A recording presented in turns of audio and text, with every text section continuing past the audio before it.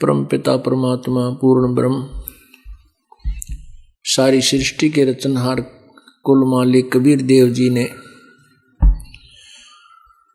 हम काल जाल में फंसे हुए अज्ञानी प्राणियों को अपने निज घर की जानकारी बताई, परंतु अज्ञान के आधार से हम इतने रंगे जा चुके होते हैं, हम अपने भगवान को पहचानने में असमर्थ हो रहते हैं। उसके लिए वो परमेश्वर एक विशेष रजा बख्शते हैं। वो परमात्मा कुछ ऐसी पुण्यात्माओं को चुनते हैं जो परमात्मा के लिए पूरी समर्पित होती है, लेकिन उनको दिशा ठीक नहीं होती। उनको मिलते हैं, फिर अपने साथ लेकर के अपने निज स्थान सतलोक में जाते हैं और वहां अपने सामर्थ्य से परिचित कराते हैं और फिर उस आत्मा को वापस छोड़ देते हैं। फिर वो आत्मा जो परमात्मा से परिचित हो जाते हैं, वो पुण्यात्माएं उस कबीर परमेश्वर की महिमा ढोल के डंके पर सुनाते हैं। इस प्रकार आज हम परमात्मा को पहचानने में सफल हो गए कि हमने सदग्रंथों को आंखों देखा, सदग्रंथों को बाद में पहचाना, पहले परमात्मा के मौखिक ज्ञान से हमें वो ज्ञान हुआ, उस पर विश्वास हुआ। इस दास को पुण्यात्माओं, ये दास पहले हनुमान पुजारी था। श्री कृष्ण, श्री राम और विष्णु, श्री विष्णु जी, श्री शंकर भगवान, माता जी, श्याम जी, बाबा श्याम जी आदि सभी का पुजारी था, क्योंकि पवित्र हिंदू धर्म में जन्म होने के कारण हमने इतना ही ज्ञान सुन रखा था। अब जिस समय ये ज्ञान सुना, एक बार तो अच्छा सा नहीं लगा, बिल्कुल अपोजिट ज्ञान महसूस हुआ। लेकिन कहते हैं सतगुरु के शब्द में एक शक्ति होती है, वो अपनी आत्मा को अपनी तरफ ऐसे खींच लेता है जैसे चुंबक खींच लेता है, और फिर रह रहकर इस ज्ञान को गहराई से सुना, प्रमाण देखे, महापुरुषों के इतिहास देखे, तो सच्ची बात समझ में आ गई कि आंखों जिन्होंने देखा है उन्होंने बताया Kabir is god. Kabir the weaver, name of god. Kabir जुलाहा जो है, यही वो परमात्मा है, इसी का यही वास्तविक नाम है उस परमेश्वर का, कबीर। फिर इन महापुरुषों के चरित्र पढ़े, लीला देखी, आदरणीय गरीबदास साहिब जी की, आदरणीय दादू साहिब जी की। आदरणीय गरीबदास साहिब जी की एक वाणी है, हम सुल्तानी नानक तारे दादू को उपदेश दिया, जात जुलाहा वेद न पाया, काशी माहे कबीर हुआ। तो गरीबदास जी की इस वाणी से हमें यह लगा कि दादू जी को भी कबीर परमात्मा मिले, नानक साहिब जी को परमात्मा कबीर जी मिले, अब सुल्तान अधम एक मुसलमान राजा को भी भगवान कबीर जी मिले। सुल्तान अधम का इतिहास तो हमने कहीं और दूसरे स्थान से नहीं प्राप्त हुआ, परमात्मा की वाणी से ही उसको समझा। और दादू साहिब जी का लीला और उनकी कथा, उनकी जानकारी, चरित्र, जीवन वो भी देखा। नानक साहिब जी का भी चरित्र देखा, उनकी लीला देखी, उनका जीवनी पढ़ी। उसमें स्पष्ट है। धर्मदास जी की जीवनी पढ़ी, उन्होंने तो कमाल ही कर रखा है। गीसादास जी की जीवनी पढ़ी, आदरणीय गीसादास साहिब जी की जीवनी पढ़ी, मलुकदास साहिब जी की जीवनी पढ़ी। इनसे पता लग गया कि कबीर इज गॉड। और वो कबीर कौन है? जो काशी में आया, काशी माहे कबीर हुआ, वो धानक दुल्हा। तो पुण्यात्मा, ये कृपा गुरुजी ही बख्शते हैं। आज का ये 3 दिवसीय समागम जो है, ये इस उपलक्ष्य में है कि इस दास को फाल्गुन मास की अमावस्या के दिन नाम बख्शीश हुआ था, नाम दान हुआ था। और ये दिन मेरा इस दास का वो स्वर्णमय दिन है जिसको दास कभी भूल नहीं सकता। उस दिन इस दास के अंतःकरण में बीज भक्ति का डाला गया था और वो बीज ऐसा फला कि इस दास के माध्यम से आप जैसी पुण्यात्माओं का लाखों का उद्धार और हो गया। अपना कल्याण तो हुआ ही हुआ और आप जैसी पुण्यात्माओं के लिए इस दास को परमात्मा ने एक न्यारी पावर दे दी। कबीर भगवान जिस दिन सतगुरु भेंटिए, सो दिन लेख जान, बाकी समय बर्बाद गया बिना गुरु के नाम। यदि गुरुजी ना मिलते, सतगुरु के उपदेश का लाया एक विचार, जय सतगुरु मिलते नहीं हम जाते नरक द्वार। नरक द्वार में दूत सब करते खेचा ताने, उनसे कभू नहीं छूटते फिर फिरते चारों खान। कबीर चार खानी में भरमते कभू न लगते पार, सो फेरा सब मिट गया मारे सतगुरु के उपकार। 7 समुद्र की मसी करूं, लेखनी करूं बन राय, धरती का कागज करूं गुरु गुण लिख्यो न जाए।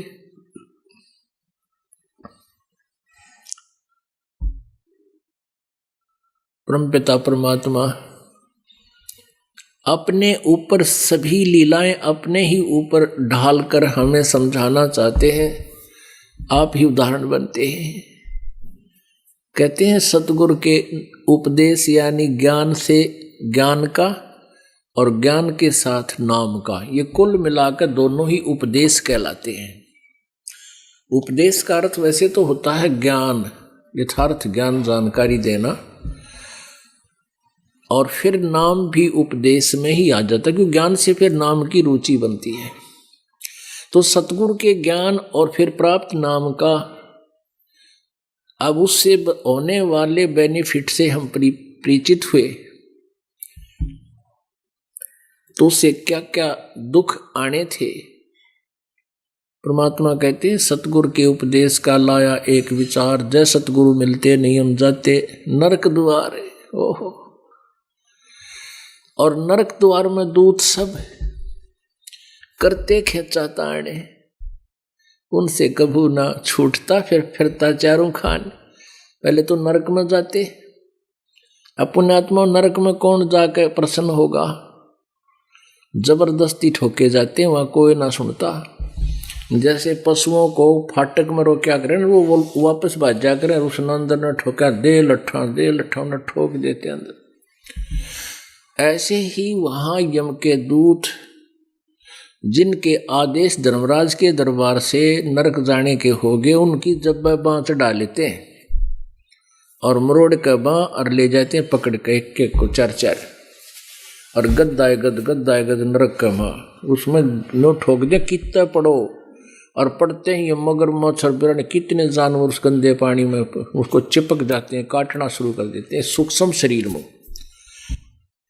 और कहते हैं फिर वो नरक भोगते, उसके बाद 84 लाख योनियों में ओहो कुत्ते, गधे, सुअर, गंदी नाली के कीड़े, जंगली जानवर, पक्षी, पता नहीं कितने दुख भोगते। ये 4 खानी बताते हैं, 4 प्रकार से जीव की उत्पत्ति। जैसे एक अंडे से उत्पन्न होते हैं उसको अंडज बोलते हैं, जेर से जो उत्पन्न होते हैं जेरज बोलते हैं।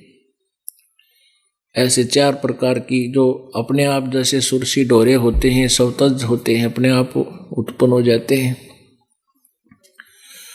इस प्रकार ये 4 प्रकार से उत्पत्ति जो प्राणी की हो रही है, कहते इन सब में धक्के खाने पड़ते हैं। और 100 फेरा सब मिट गया हमारे सतगुरु के उपकार। ये सभी दुख टाल दिए, बाईपास निकाल दिए परमात्मा ने, गुरुदेव ने। फिर क्या बताते हैं, ऐसे गुरुदेव की 7 समुद्र की मसी करूं, मसी माने इंक, स्याही, लेखनी करूं बन राय, धरती का कागज करूं, गुरु गुण लिखो न जाए।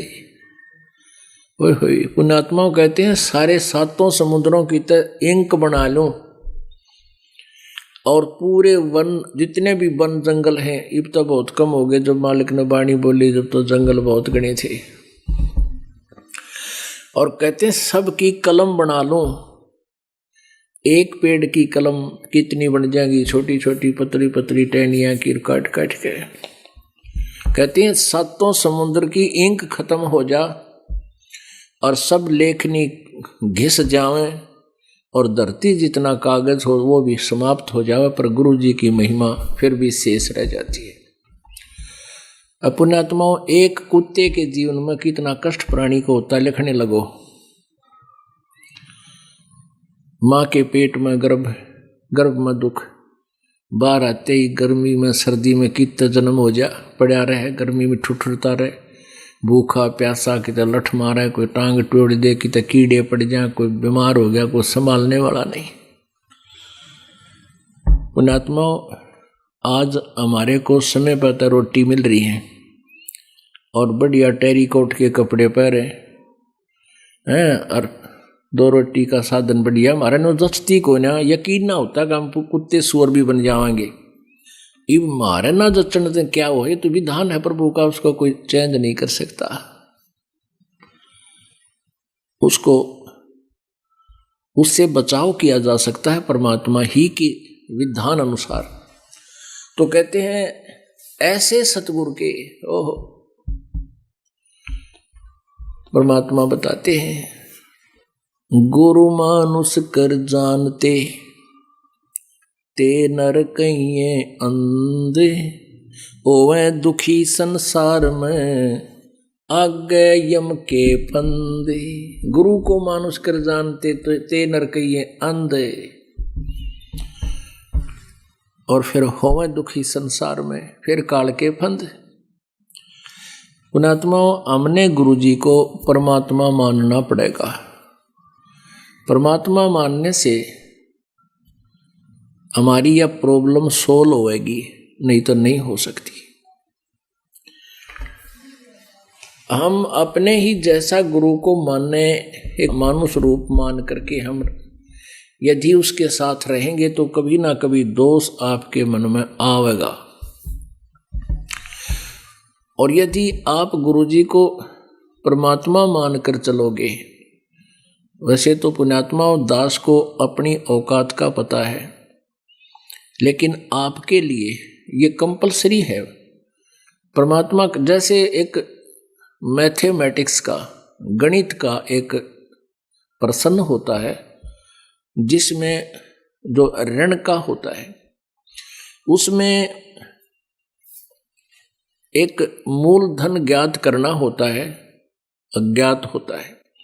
तो उस प्रॉब्लम को सोल्व करने के लिए, उस प्रश्न का हल करने के लिए मानना पड़ता है, मान लीजिए मूलधन 100 रुपये।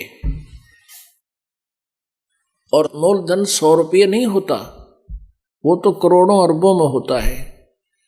वो तो बहुत भारी राशि होती है, बहुत बड़ी राशि, बिग अमाउंट होता है। लेकिन वो बिग अमाउंट है, ओरिजिनल जो है वो मूलधन, वास्तविक मूलधन तभी प्राप्त होगा जब हम गुरुदेव को यानी 100 रुपये को मूलधन मानेंगे कंप्लीट के, यही है। तो इसी प्रकार आप जी ने गुरुदेव को भगवान मान के, अब जैसे इस दास के स्थान पर परमात्मा भी आए थे, कबीर परमात्मा 120 वर्ष रह कर चले गए यहाँ हम पशुओं के अंदर, और हमने जब तक सुख हुए तब तक दुनिया को बताते फिर हमारे गुरु जी के पास आते, ये लाभ होता है, ऐसे दुख दूर होते हैं। और जब एक परीक्षा ली थी हम सारे उन तक विमुख हो गए, क्योंकि उस समय हमने उनको एक जुलाहा ही माना, एक मानुष माना और एक सिद्ध पुरुष ही मान कर छोड़ दिया, हमने भगवान नहीं माना। और जिसके ना मानने से हम डगमग हो गए, और हमारा वो क्वेश्चन अब तक हल नहीं हुआ, सोल्व नहीं हुआ। अब उस क्वेश्चन को हमने सोल्व करना है, उस प्रश्न का अब हल करना है। वो इस तरह होगा, परमात्मा कहते हैं गुरु गोविंद दोनों खड़े, काके लागू पाए, बलिहारी गुरु अपना, जिन गोविंद दियो मिलाए। ओए होए, कबीर हरि जय रूठ जा, गुरु की शरण में जावे, कहे कबीर गुरु रूठ गए, तो हर ना करे सहाय। पुण्यात्माओं, बहुत ध्यान से विचार करो, परमेश्वर ने कितनी प्यारी वाणी बताई है। लेकिन ये जो कबीर जी की वाणी है, ये वेदों से भी जटिल है, गूढ़ है। इन वेदों को समझना बहुत कठिन है, लेकिन इनको समझना वेदों से भी कठिन है। और ये तो वही समझा सकते हैं, कबीर परमेश्वर ही। तो पुण्यात्माओं, यहाँ क्या बताया है, कबीर हरि जय रूठ जा। जब तक आप जी के पुण्य, प्रारब्ध के पुण्य चलते हैं, तो वो व्यक्ति, वो बहन भाई अच्छी स्थिति में रहता है, शरीर भी स्वस्थ रहता है, बढ़िया कोई पोस्ट, अच्छी पोस्ट मिल जाती है, अच्छा परिवार होता है, लायक बच्चे होते हैं। और फिर क्या होता है, जब पुण्य समाप्त हो जाते हैं और वो सत्य भक्ति कर नहीं रहा, तो फिर उसके ऊपर प्रारब्ध के दुख प्रारंभ होते हैं, और उन दुखों के कारण फिर उसके ऊपर आपत्ति के पहाड़ टूटते हैं। अब पुण्यात्माओं, कोई व्यक्ति दुखी होता है, किसी को बहुत सी हानियां हो रही होती हैं, वो अपने आप कहता है कि भाई मारा राम रूस रहा है, मारा तो भगवान रूस गया, रूठ गया, लड़के की मृत्यु होगी, भैंस मर गई, ऐसे फलाना नुकसान हो गया, कहने लगे मारा तो राम रूस रहा है, मारा भगवान रुष्ट हो गया। और जिनके सुख हैं उनके बारे में आम आदमी ने का आग्रह, भाई इनके ऊपर तो परमात्मा की न्यारी रजा है, घना राजी हो रहा, परमात्मा घना प्रसन्न है। तो परमात्मा कबीर परमेश्वर जी हमें ये बताना चाहते हैं कि जब तक आपके पुण्य है तो आप समझते हो कि राम राजी है, प्रसन्न है, और जब आपके पाप प्रारंभ होते हैं, आपके ऊपर आपत्तियां आती हैं, तो अपने आप कहते हैं भाई राम रूठ गया, परमात्मा रुष्ट हो गया। जैसे आप जी ने एक हैंड पंप से और गढ़ा भर रखा पानी का, मटका, जग, और वो जल आप प्रयोग कर रहे हो, कहीं दूर जंगल में, खेतों में, या कहीं मजदूरी कर रहे हो, या घर पे दुकान पे जल रखा है, तो जब तक वो घड़े में जल है आप निश्चिंत हैं, गिलास लिया और गट गट पिया और अपने लगे काम। और जब वो पानी समाप्त हो जाएगा, जल समाप्त हो जाएगा उस जग का, घड़े का, तो वो आपका राम रूस गया, आपका जल का घड़ा खाली हो गया। अब जैसे खेतों में काम कर रहे हो और एक मटका पानी का भर लेगी घड़ा, वो खत्म हो गया, खत्म हो गया। तो प्यास लगी जोर की, कहाँ गए? हैंडपंप के पास गए, वो मटका फेर भर लिया और फिर निश्चिंत हुए। अब ये समझिए कि नलका तो है गुरुजी और जल है भगवान। अब जैसे एक मटके में जल रखा है और एक तरफ हैंडपंप खड़ा है, इन दोनों में से आप किसको स्वीकार करोगे? आपने कोई नो कह भाई मटका चाहिए कि घड़ा, या अपने हैंडपंप चाहिए? आप बुद्धिमान हो, गणे डिफाइन करने की जरूरत को नहीं। अंडरस्टूड है भाई, हम तो नलका दे दो, इसमें तो 1000 घड़े भर ले जाए और मटका तो शाम तक भी ना काम चलावे 4 आदमियों का गर्मियों के दिन में।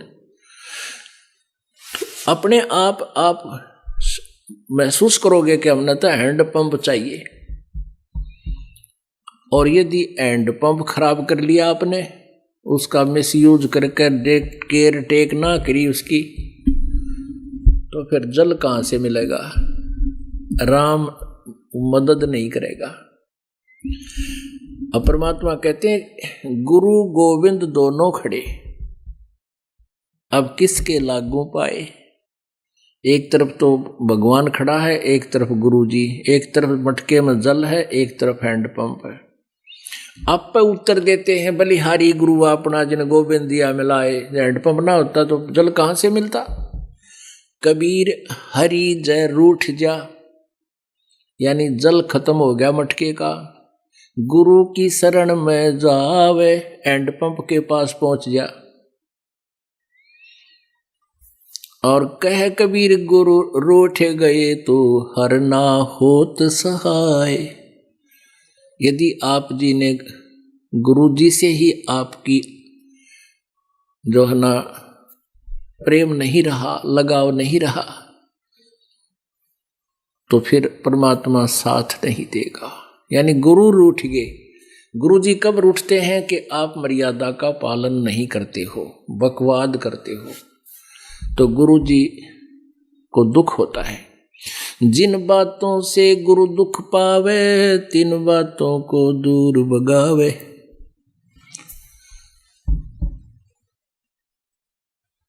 तो इस प्रकार कबीर जी कहते हैं गुरु के दिल से उतरे वो शब्द बेहू ना होवे, जाको काल घसीट ही राख सके ना कोई।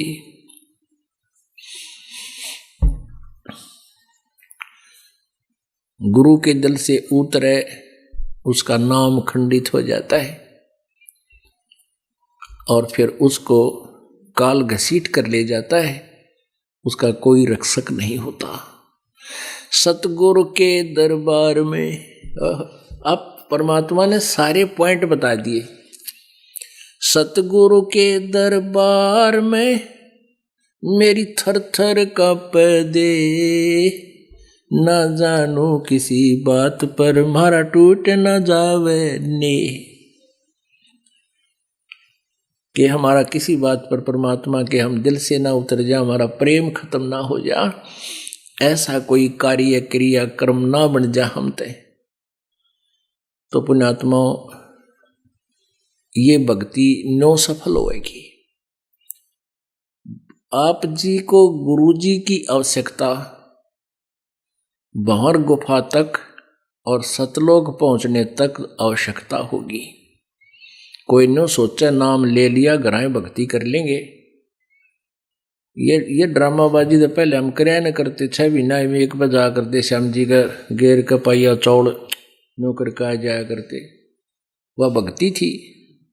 अब कुछ करना है, कहते हैं जिन हर जैसा सुमरिया ताको तैसा लाभ, उससा प्यास न भाग ही जब लग दसैनी आप। जो क्रियाएं हम करते थे पहले, वो तो 100 रुपये की प्रसाद बांट दिया, है कि तो और व्रत रख लिया मंगलवार का या शुक्रवार का, और कहीं और जितनी भी आन उपासना हम करते थे, कुत्तों को टूक डाल दिया, चिड़िया को टूक डाल दिया किता, और छोटा मोटा धर्म पुण्य कर दिया। कहते हैं तो ओस चाट रहे थे, ओस के चाटनते प्यास नहीं बुझाए। प्यास तो बुझेगी, 2-3 गिलास ही प्यास लग रही हो, 2-3 गिलास गट गट पीवे, और जब प्यास बुझेगी। जिन हर जैसा सुमरिया ताको तैसा लाभ, ओसा प्यास न भाग ही जब लग दसैन आब। अब आप जो है ना गिलास के गिलास पीने लग रहे हो। यहाँ पर परमात्मा की कोई जोत बोलता है हवन के लिए, और कोई पाठ करवाता है, कोई वैसे गुप्त दान करते हैं और सिमरण करते हैं, सेवा करते हैं। बहन बेटियां रोटी बनाती हैं, बर्तन साफ करते हैं, कोई मैट बिछा रहा है, कोई किसी तरह की सेवा कर रहे हैं भगवान के बच्चों की। तो ये अब आप गिलास के गिलास पी रहे हो, और इससे आत्मा की युगों युगों की प्यास समाप्त होगी, तृप्ति होगी। तो आज जो प्रसंग है वो गुरु जी के लिए है। गुरु मानुष कर जानते ते नर कहिए अंधे, ओए दुखी संसार में आगे काल के फंदे। अब परमात्मा ने गुरुदेव के विषय में कितनी प्यारी वाणी बताई है। आप प्रतिदिन नित्य नियम करते हो, नित्य नियम सुबह वाले, और उसको आप केवल एक गीता वाले पाठ की तरह खींच देते हो, क्योंकि हमने सीडी पर रखी है, वो कैसेट पर रखी है, आप जी उसको सुनते हो, उसी के आधार से आपकी अब कुछ दिनों में आपके वो याद हो जाएंगे। तो उनको केवल प्रतिदिन पाठन करने मात्र से लाभ नहीं होगा, उसके अंदर क्या कुछ मालिक का आदेश है, वो स्वाध्याय का ये करना का ये उद्देश्य होता है कि उसमें आदेश क्या दिया गया, उस पर हम खरे हैं कि नहीं, कितना ठीक चल रहे हैं। ये प्रतिदिन अपना टेम्परेचर खुद ही थर्मामीटर लाकर देख लेना चाहिए। इसलिए ये थर्मामीटर है। क्या बताते हैं? दंडवत गोविंद गुरु बंधु अविजन सोए, पहले वहे प्रणाम तिन्नमो जो आगे हुए। अपने आत्मा कितनी प्यारी वाणी है परमात्मा की, इसको बहुत ध्यान से हमने विचार करना होगा इस पे। गुरु को कीजय दंडवतम कोटि कोटि प्रणाम, कीट न जाने भृंग को न्यू गुरु कर ले आप समान। गुरु गोविंद कर जानियो रहिए शब्द समाए, मिले जब दंडवत बंदगी नहीं पल पल ध्यान लगावे। गुरु गोविंद दोनों खड़े किसके लागू पाए, बलिहारी गुरु अपना जिन गोविंद दियो मिलाए। सतगुरु के उपदेश का सुनिया एक विचार, जे सतगुरु मिलते नहीं तो जाते यम द्वार।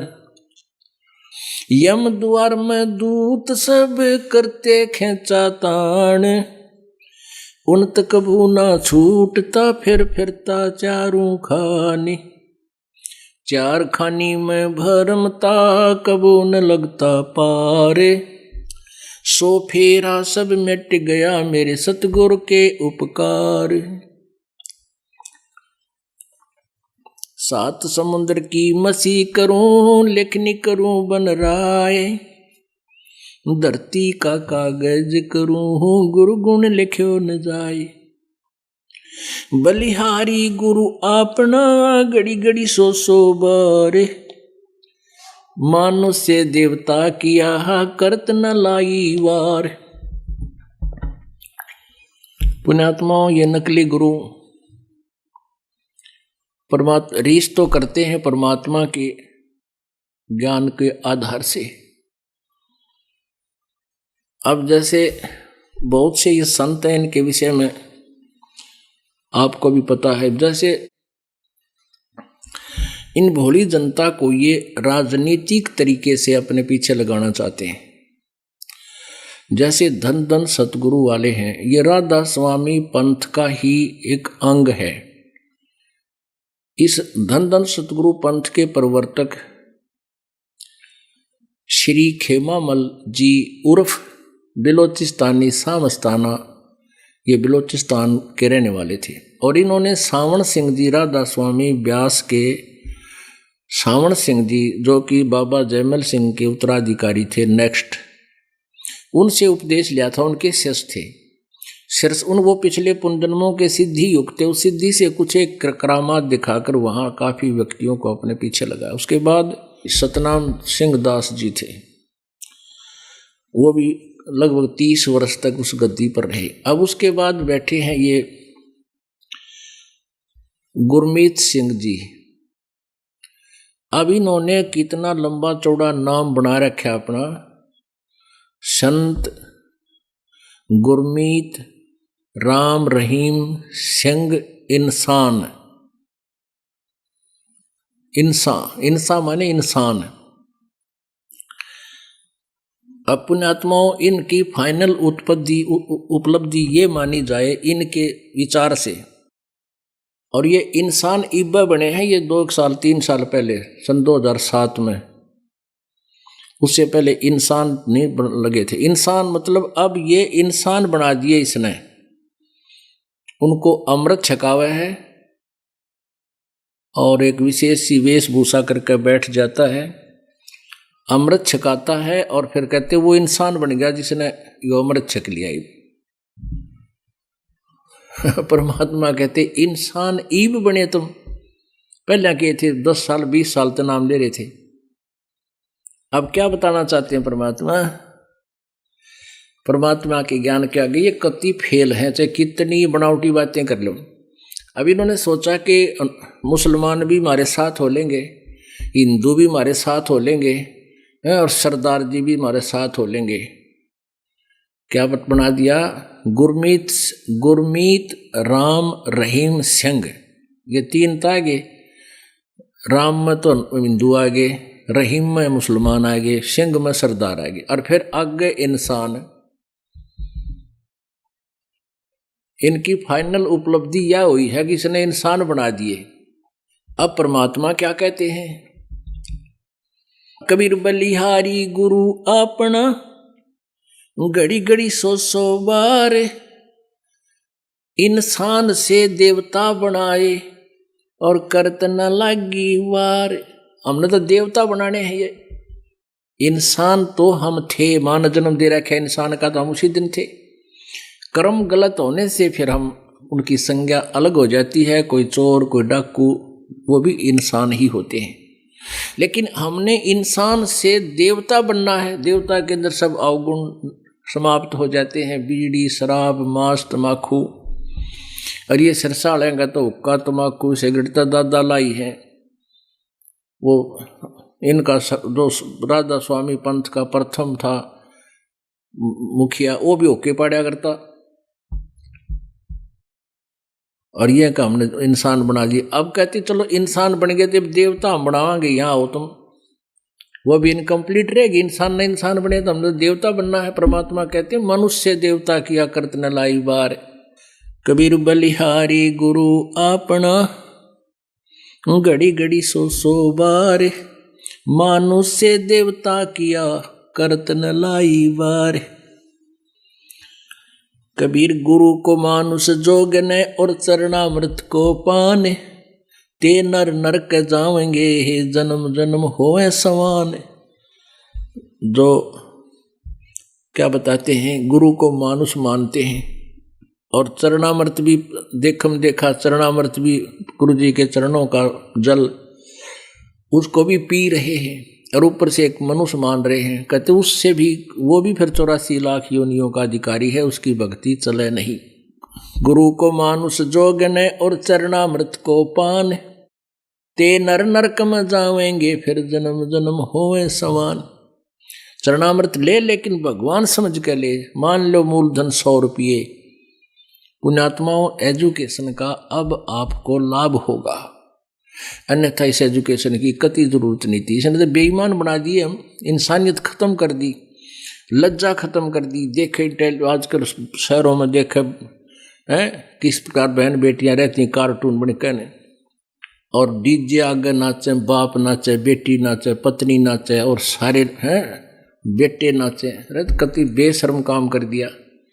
ये मनसा का काम था, शिक्षण का टैरोग। लेकिन अब ये शिक्षा का लाभ होगा, हम छोड़ देंगे और पता लग जाएगा हमने कि ऐसा मनुष्य का कर्म थोड़ा है। तो बकवादी आदमी कराया करते डांस, लड़कियां तो कोठिया में नाचा करती, उनको वैसा कहा करते थे।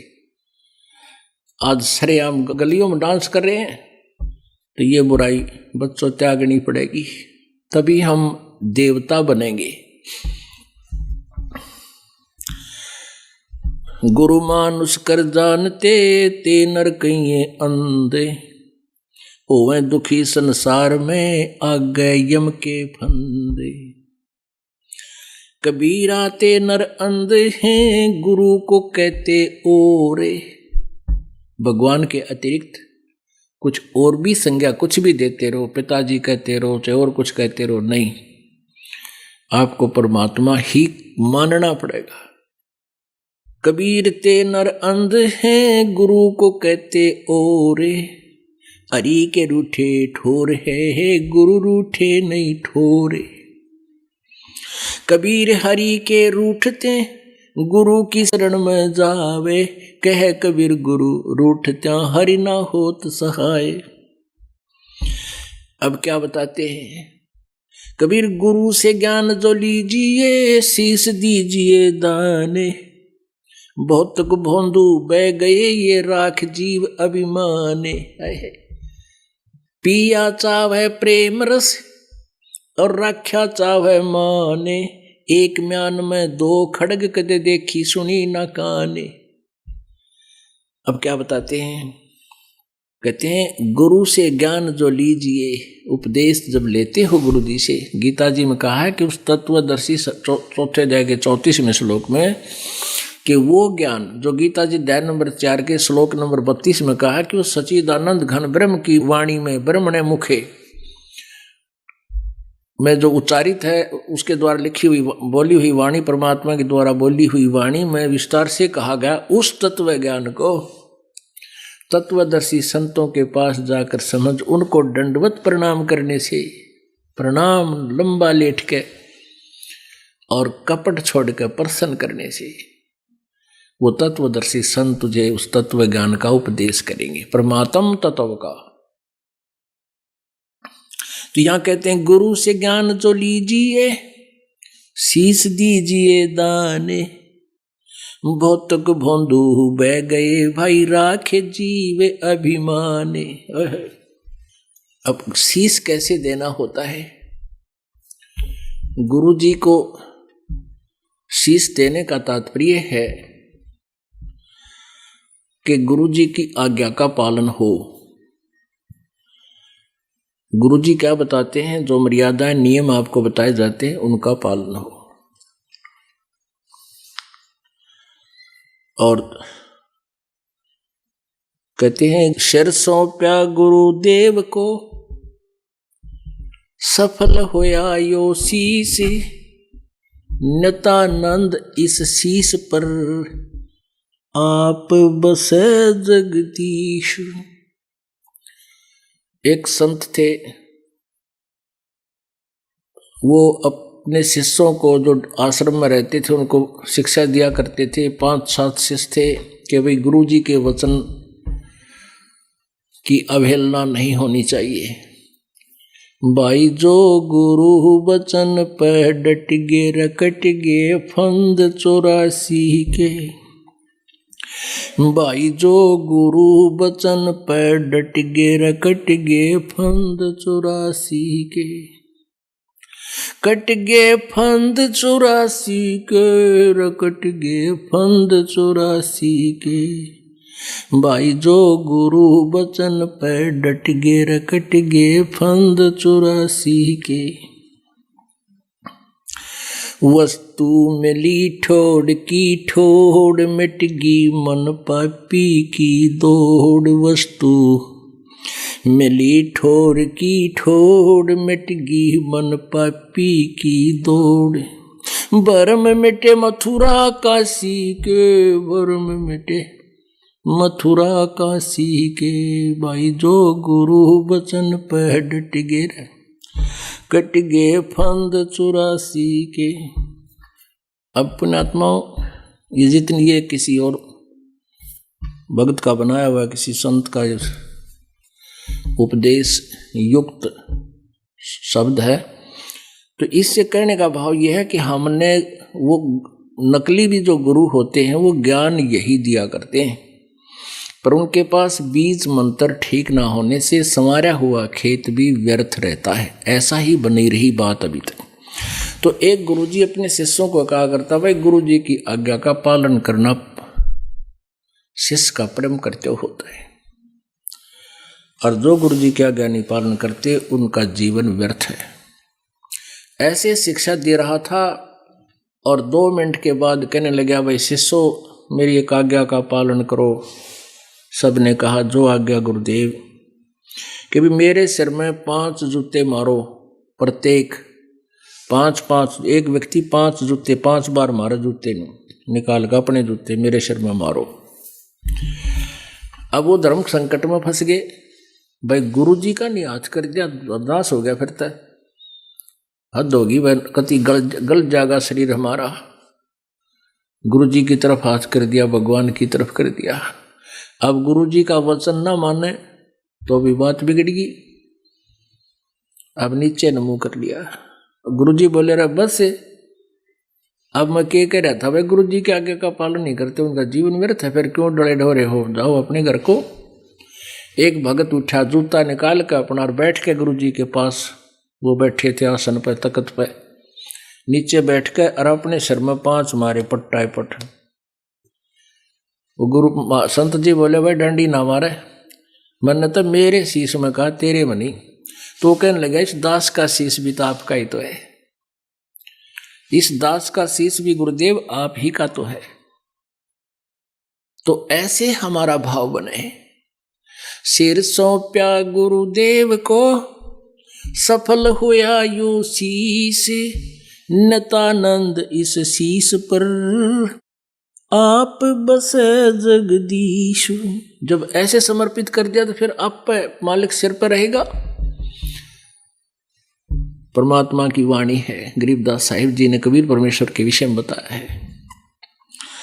सिर सौंप्या यानी पति भरता पद पर हम आ गए।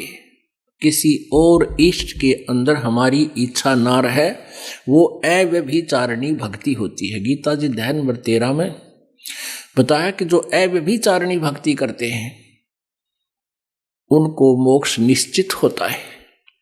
व्यभिचारिणी भक्ति जैसे हम पता नहीं कितनी पूजा करते, हनुमान जी मिल गया जय हनुमान जी की, कृष्ण जी मिल गया जय कृष्ण की, राम जी याद आ गए जय जय राम, सीता राम राधे श्याम, कितना कोई और हनुमान और फिर बजरंग, वो तो कोई भी मिल गया सबके। तो ये नहीं, ये तो व्यभिचारिणी भक्ति है। एक पति को छोड़कर आन में आस्था रखने वाली पत्नी को व्यभिचारिणी कहते हैं। तो अपने ही पति से हर इच्छा पूरी हो उसी को पति भरता कहते। तो हम जब पति भरता पद पर आ जाएंगे तो परमात्मा कहते हैं, पति भरता जमी पर जो जो धर है पावे, समर्थ झाड़ू देत है ना काटा लग जावे। ऐसा हंस, ऐसा भक्त जब अपने एक इष्ट पूर्ण परमात्मा पर अपने ही गुरु को इष्ट रूप में मानकर जब अपने जीवन रूपी सफर में प्रस्थान करता है रास्ते पर, तो परमात्मा उस जीवन रूपी सफर के पाप कर्म रूपी कांटों को बुहारना शुरू कर देता, उसके दुखों को खत्म करना शुरू कर देता है। झाड़ू देता चलता है कि मेरी प्यारी आत्मा के कांटा ना लग जाए। तो वही ये बानी है कि सिर सौंपया गुरुदेव को सफल हुआ यो शीश, नितानंद शीश पर आप बसे जगदीश, कि आप मालिक रखवाला होगा। गुरु से ज्ञान जो लीजिए, शीश दीजिए दाने, बहुतक भोंदू बह गए, राख जीव अभिमाने। होय होय पुणात्माओं, आप कोई बालक नहीं, बुद्धिमान मानव है। आज के दिन जिन्हें कंप्यूटर बना लिया, हवाई जहाज बना लिए, ऊपर सैटेलाइट बना लिए, पता नहीं के रचना रच ली, और परमाणु बम अपना नाश बना लिया, तो समझते हो आप अच्छी तरह ऐसी बात नहीं है कि परमात्मा जब तक आप अधीन नहीं होगे, एक बालक की तरह सतगुरु के मार्ग में आप यहाँ आते हो, चाहे कितनी पोस्ट है आपकी बड़ी और कितना आप धनी हो या गरीब आदमी हो, आप जी यहाँ ऐसे बैठो जैसे स्कूल के बालक आकर बैठ जाते हैं। चाहे स्कूल के विद्यालय में कितने बड़े बच्चा हो, उसको वहाँ जो सही अध्यापक होते हैं उसमें किसी में भेदभाव नहीं करते, एक फर्श पर बैठाते, नीचे अब तक ये डेस्क पैस्क हो गए। पहले तो बूढ़े बूढ़े से वो आते लंबे लंबे फर्श, जैसे खाना खाते समय आप बिछाते हो, तो और भी बढ़िया है, और उन पर बैठा करते, उनमें शाही खंडी रहती, और वहाँ बैठ जाया करते हैं लाइन में बैठ कर। कोई धमका दे, अध्यापक भी डंडा कोई धमका रहा है, कोई खुरका रहा है, चल इधर बैठ, सीधा मुँह कर, है तो भी नौकर जाते हैं। तो बच्चे अध्यापक के धमकाने खुरकाने में ईर्ष्या नहीं करते, उनके अंदर वो होता ही नहीं दोष, सुधरने की चेष्टा करते हैं। तो ऐसे ही आप जी यहाँ आते हो, परमात्मा कबीर जी कहते हैं अति अधीन दीन हो प्राणी, तब ये कहना ये अकथ कहानी। सार नाम उन प्राणियों को मिलता है जो अति अधीन हो जाते हैं। एक समय अब्राहिम सुल्तान अधम नाम के एक बलख बुखारे के बादशाह थे। आपको कथा कई बार सुनाई है और फिर भी सुनाएंगे। वो राजा था, बड़े ठाठ बाट थे, 18 लाख घोड़े थे उसके पास। पुण्यात्माओं, आज एक बढ़िया घोड़ी की कीमत एक कार के समान है। 10-10 लाख की, 20-20 लाख की, 15-15 लाख की घोड़ियां हैं, घोड़े हैं, और उसके पास 18 लाख घोड़े थे। और भी जब इतने घोड़े वो रख सकता है, उनका केयर टेक कर सकता अपने, तो और पता नहीं कितने ठाठ होंगे, कितना धनी होगा। इससे एक राजा की समर्थता का प्रतीक माना जाता था। और फिर परमात्मा का ज्ञान हुआ, उसने राज छोड़ दिया, परमेश्वर ने उनको प्रथम नाम दिया। फिर कुछ दिन के बाद उनको सतनाम दिया। फिर कहा, वो घर छोड़कर चला गया, जंगल में अपना किसी नगरी में रहने लगा। बाहर कुटिया छाली, झोपड़ी बना ली, लकड़ी काट के लावे, गांव में बेच दे नगर में, और फिर उससे अपना गुजारा करके टाइम पास कर भक्ति करता था। तो फिर सारनाम का जब समय आया तो परमात्मा ने उसको बुलाया, क्योंकि कबीर परमेश्वर अन्य रूपों में भी आते रहते हैं। कुछ ऐसे संतों के बारे में भी पता है कि उनके घर का गांव का कोई पता नहीं था, वो बताते नहीं थे। तो इस टाइप में भी परमात्मा रह जाते हैं। कहीं छोटा मोटा आश्रम छा कर रहा करते थे, कुटिया बना लेते थे। ऐसे कबीर जी रह रहे थे एक नगरी के अंदर। तो सारनाम के लिए बुलाया गया भक्तों को। तो क्या हुआ कि वो इब्राहिम सुल्तान अपनी कुटिया से कहीं से चलकर आया सारनाम लेने के लिए। एक गांव की गली से गुजर रहा था और एक बहन उपदेशी थी, उसने ऊपर की छत बुहार के और सूखा रेता सा था वो गली में एक बाल्टी ही में डाल लिया और गली में डाल दिया। डाला उसने, नीचे ध्यान दिया ना, ऐसे डाल दिया। नीचे से वो इब्राहिम सुल्तान अधम यानी भूतपूर्व राजा बलख बुखारे का वो नीचे जा रहा था, उसके ऊपर रेत पड़ गया। रेत पड़ गया तो उसने कड़ी नजर से देखा ने बोला यदि आज मैं राजा होता तो तुझे पता नहीं तेरा के हाल कर देता। उस लड़की से उसने ये बोला, शुक्र आज मैं राजा नहीं हूं, अगर राजा होता तो तेरा पता नहीं के हाल कर देता। यानी अपना नो भी रेफरेंस दे रहा है कि मैं भूतपूर्व राजा भी हूं। तो लड़की ने सोचा भाई यू भगत राजा था कभी क्या, क्योंकि राजा और फिर भगत बन जा तो उसका एक विशेष स्थान होता है हमारे जैसे भोले बाड़ा में। तो अब बहुत प्रभावित हुई। अब उसने भी जाना आश्रम में जहां परमात्मा कुटिया बना रहे थे, उधर से वो भी आगे बैठा पाया। तो उसने देखा, गुरुजी से पूछा, गुरुदेव ये सामने बैठा ये भगत है? कहाँ बेटी भगत है? क्या ये कभी राजा था? महाराज जी बोले हाँ ये बलक शहर का राजा था। तो परमात्मा तंत्रियामी थे, उन्हें पता था। बेटी क्या बात है? कैसे पूछा? कि महाराज जी ऐसे ऐसे मैंने ऊपर से छत का रेता था, रेत सा, और वो नीचे डाल दिया बुहार के छत से, नीचे ही आम थे इनके ऊपर पड़ गया, और मैंने सॉरी भी करी है कि जी गलती होगी, मैंने देखा को ना। तो ये कहने लगा कि शुक्र आज मैं राजा नहीं हूं, नहीं तो तेरा पता नहीं आज के हाल कर देता। अच्छा ऐसे बोला? यूं कहा जी ऐसे बोला। कुछ देर के बाद फिर परमात्मा ने बुलाया, आ जाओ भाई नाम सार नाम के लिए जो प्रार्थी हैं आ जाओ।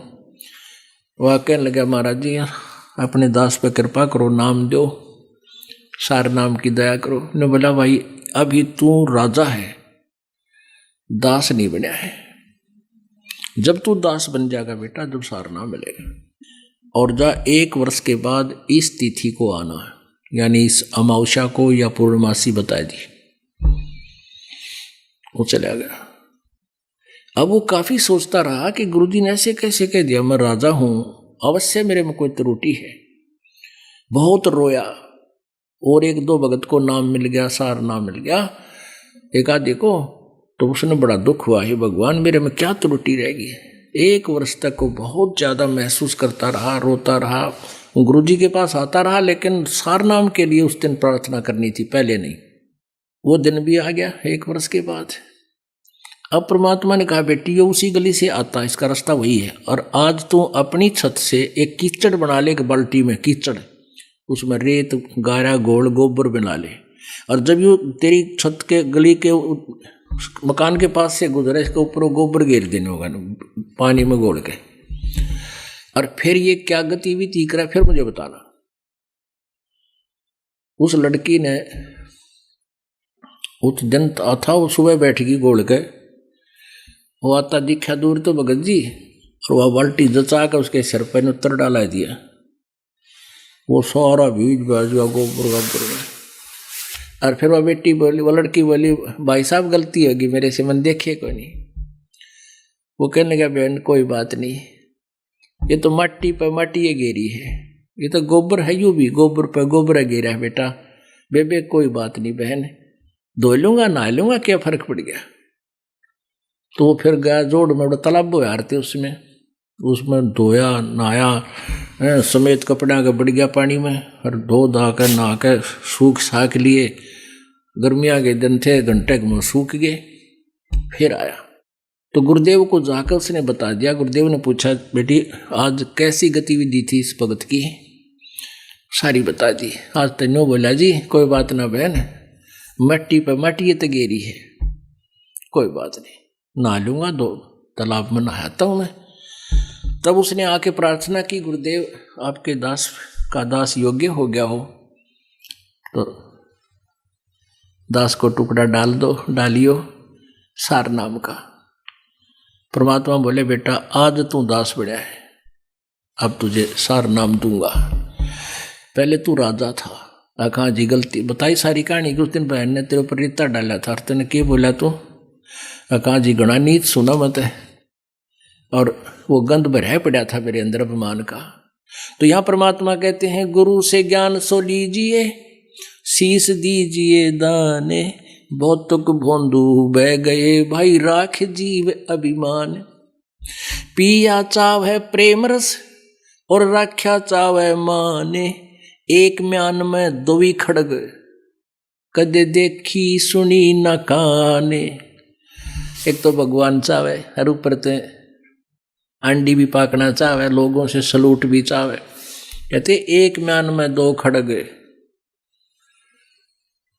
एक म्यान में दो तलवार की तो देखी सुनी ना कान। गुरु समान दाता नहीं, याचक शिष्य समाने। तीन लोक की संपदा, सो गुरु दीनी दाने। अब पुण्यात्माओं क्या बताते हैं, परमात्मा ने एक बहुत सिंपल सी वाणी में कह दिया कि तीन लोक की संपदा यानी संपत्ति, गुरु जी ने नाम दे दिया तो तीन लोक दान कर दिए। जैसे गरीबदास साहिब जी की वाणी में आपने सुना था सुबेरे, सतनाम पालड़ रंग होरी हो, 14 भवन चढ़ावे राम रंग होरी हो। तीन लोक पास्यंग धरे रंग होरी हो, तो ना तुलय तुलाया राम रंग होरी हो। ऐसा नाम दे दिए, तीन लोक भी उसके पास्यंग हैं। अब तीन लोक की संपदा तो इसलिए कहनी पड़ेगी, इस ताकत हम जानते ना, ये तीनों लोक दे दिए जिसको जिस दिन परमात्मा ने गुरुदेव ने आपको उपदेश दे दिया। पूरे गुरु ने, नकली तो नकली सांग है, ये लालड़ी ले रहे हैं, लालड़ी, लाल को नहीं इनके पास, ना यथार्थ ज्ञान ना भक्ति का मंत्र, वो उनका जिक्र नहीं है। अब कहते हैं करके दान करे पछतावा, करया कराया सभी नसावा। यदि आप जी ने शीश दे दिया, कहते तन मन धन सब अर्पिए भक्ति मुक्ति के काज, जिनके उर्म बंदगी फिर क्या इंद्र का राज। तन मन धन अर्प गुरु सेवे, हो गलतान उपदेश ही लेवे। अब परमात्मा कहते हैं तुमने मान लीजिए दान भी खूब कर दिया, खूब सेवा भी करता, एक दिन न्यू कह दिया ना मैंने इतना दान न्यू कर दिया, सारे पर कैंसिल कर देगा भगवान। दे क्या सकता ये जीव, अगर भगवान कृपा ना बख्शे तो एक अपना पेट भारी हो जाए, इसको परिवार का गुजारा नहीं चले जीवते। और आज लाखों का दान परमात्मा की प्यारी आत्माएं करने लग रही है। तो कहते एक दिन भी जन्यू कह दिया कि मैंने दान कर दिया, कहते उस दिन खत्म है तू। तन मन धन दिया तो भला किया, सिर का जासी भारे। जो कभू के मैं दिया, बहुत सह सिर मार। गुरु बड़े गोविंद से, मन में देख विचारे। हरि सुमरे सोवार हैं, गुरु सुमरे हो पार। कबीर ये तन विष की बेलड़ी, गुरु अमृत की खाने। शीश दिए जो गुरु मिले, तो भी सस्ता जाने। पुण्याताओं विचार कर लेना इन बातों पर। ये कोई डूम बाट के गीत को ना, ये कोई सांगी के बनाए हुए सांग नहीं, या फिल्मी कहानी नहीं बना रखी किसी ने। ये भगवान के बोले अमृत वचन है। ये वो सच्चिदानंद घन ब्रह्म की वाणी है जो गीता जी अध्याय नंबर 4 के श्लोक नंबर 32 में जिसके बारे में कहा गया, ब्रह्मण मुखे, जो पूर्ण परम अक्षर ब्रह्म की मुख से जो उच्चारित है।